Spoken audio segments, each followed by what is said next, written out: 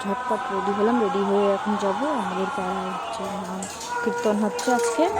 তো আমার নাম কীর্তন দেখতে যাবো, আজকেই শেষ। তো বৌদিকে ডাকতে এসেছি, বৌদি নেই, বান্ধবীদের বাড়ি চলে চলে গেলাম। ওখান থেকে বান্ধবীটার সাথে একটু কথা বলে আবার চলে আসলাম। বৌদি রেডি। তো এখন সোজা যাবো নাম কীর্তনে। আজকেই ভোগ আরতি হবে, ভোগ আরতি হয়ে শেষ। তো ভোগ আরতির কিছুটা মতো তোমাদের সাথে শেয়ার করলাম।